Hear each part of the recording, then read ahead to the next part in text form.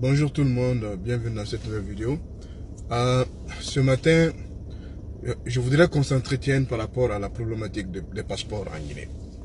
Et ça fait plusieurs jours, je dirais même plusieurs mois, que des messages inbox, surtout venant des jeunes qui sont en Italie et en Espagne, me sont parvenus plusieurs fois. J'ai été rappelé plusieurs fois aussi par eux. Et que le problème de passeport, de notre passeport national, devient un problème réel. Et au-delà de tout ça, au-delà de même de la diaspora, ceux qui sont à l'extérieur du pays, mais c'est un gros problème aussi au niveau même de la Guinée.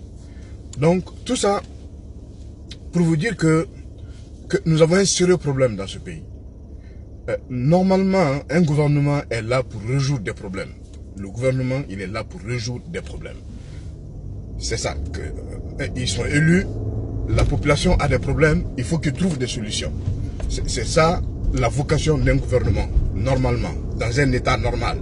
Mais comme nous ne sommes pas dans la normalité chez nous, tout est fait à l'envers. Mais sinon, ce n'est pas compliqué, ce n'est pas... Je ne sais pas qu'est-ce qui... Je me pose des questions. Pourquoi des choses qui marchent dans d'autres pays de la manière la plus simple est compliquée chez nous? C'est compliqué chez nous. Pour payer la caution, une caution de 500, je m'exprime un peu mal dans ce cas-là, ce n'est pas la caution. Pour payer les frais, plutôt, les frais de passeport de 500 000, ça te prend presque 2 jours ou 3 jours. Tu vas à la banque à 9 h le matin ou à 10 h le matin, on te dit que le quota a atteint. Mais imaginez le désarroi des gens qui viennent de Zérokouré, qui viennent de Kankan, qui viennent de Labé, qui viennent de Pita. Parce que cette administration-là, depuis encore plus de 60 ans, ils n'ont pas pu trouver un moyen d'établir les passeports à l'intérieur. Ben, moi, je me pose la question. Je ne sais pas si je suis le seul à me poser ce genre de questions-là, mais je me dis, comment est-ce qu'on a cette armée, de fonctionnaires à tous les niveaux, avec des diplômes partout. Ils ont des diplômes qui peuvent même les envoyer sur la Lune. Mais ils sont incapables de résoudre des problèmes qu'un analphabète peut résoudre. Mais ces gens-là, ils servent à quoi? Ce gouvernement-là, il sert à quoi finalement? Il sert à quoi si on ne peut même pas délivrer un passeport aux citoyens? Mais ils servent à quoi?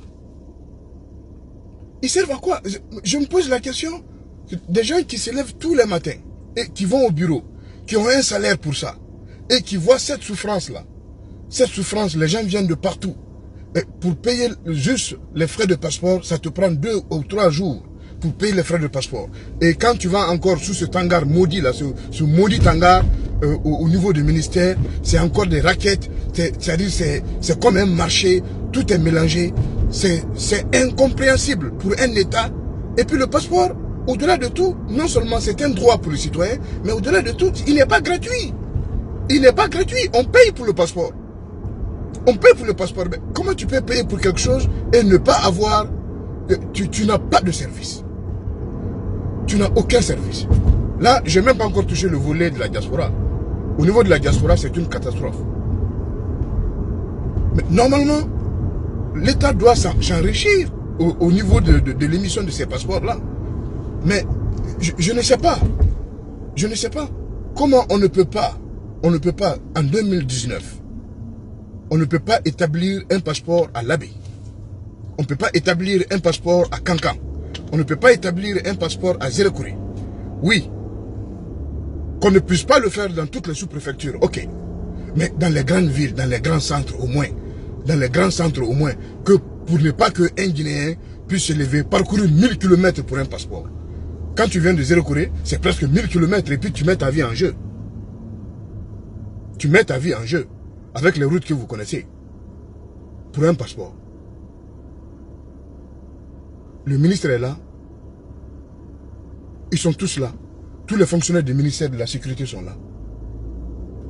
Mais il n'y a pas un dans ce lot-là. Commencez par le ministre, pour commencer par le président lui-même. Il n'y a pas un dans le lot-là. Ils font des conseils des ministres toutes les semaines. Il n'y a pas un. Il n'y a pas un. Avec tous ces diplômes-là. Il n'y a pas un qui peut se lever pour dire la population souffre. il faut qu'on trouve une solution. Il faut qu'on trouve une solution pour que les gens puissent avoir accès à ce document-là de façon plus simple.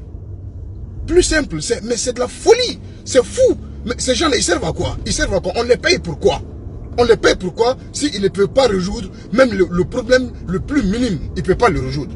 Ils donnent un passeport aux citoyens, ils sont incapables de le faire. Moi, je ne sais pas. Je ne sais vraiment pas. On ne parle même pas de l'extérieur. En Guinée, les gens souffrent. Mais pourquoi on va envoyer tout le monde dans la même banque?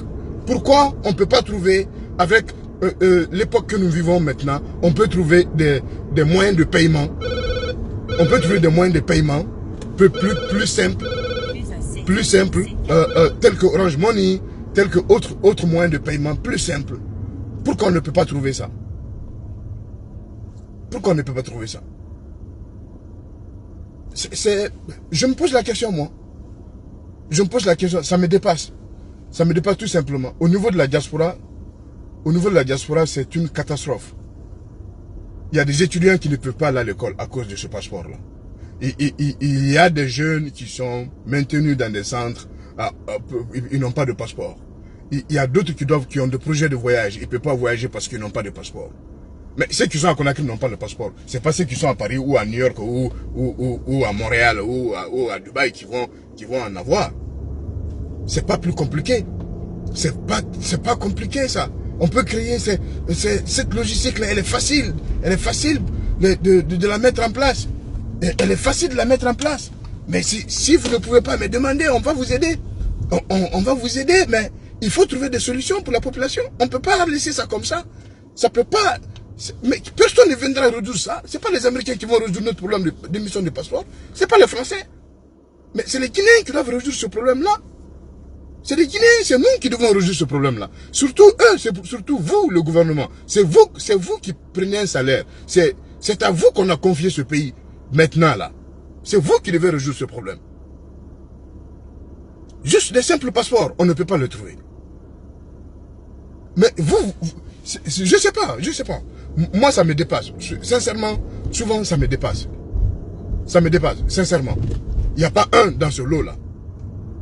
Commencez par le fameux professeur de droit, le président lui-même, jusqu'au dernier, là, jusqu'au planton. Il n'y a pas un parmi tous ces génies-là.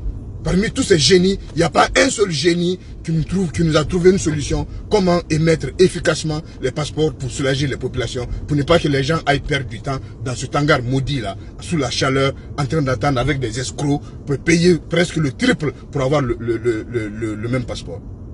C'est terrible quoi. C'est terrible. C'est sincèrement terrible. Et puis, c'est des gens comme ça qui veulent demander un troisième mandat. Je sais pas. Je sais pas. Voilà, moi je ne comprends pas, sincèrement. Je ne sais pas qu'est-ce qui arrive à ce pays. Mais il nous faut une révolution. Hein. Sincèrement, il nous faut une révolution. Parce que l'histoire retiendra que partout sur la terre, les médiocres n'ont jamais quitté le pouvoir sans qu'il y ait vraiment une révolution. Sans qu'il y ait quelque chose de plus grand qu'eux. Parce que c'est facile d'accaparer une place et quand tu sais que pertinemment tu n'es pas à ta place. C'est terrible ce qui arrive à ce pays. C'est terrible. C'est terrible. Les gens sont abandonnés. Pas de service. Les toilettes sont sales. C'est compliqué.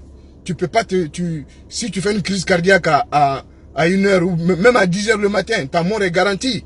Ta mort est garantie. Tu es sûr et certain que tu vas mourir. Tu fais un AVC, tu fais une crise cardiaque en Guinée, tu es sûr et certain. Ta mort est garantie. Ça, il n'y a rien à faire. Ta mort est garantie. Il n'y a pas d'ambulance, il n'y a pas de système de santé fiable. Et même les responsables, ceux qui dirigent ce pays, ils pensent que ce genre de maladie la prévient. Ça ne prévient pas. Mais ils disent que, ah non, moi quand je suis malade, je vais aller à Paris. Mais fais un AVC à 2h du matin et tu vas voir où tu vas trouver un avion pour aller à Paris.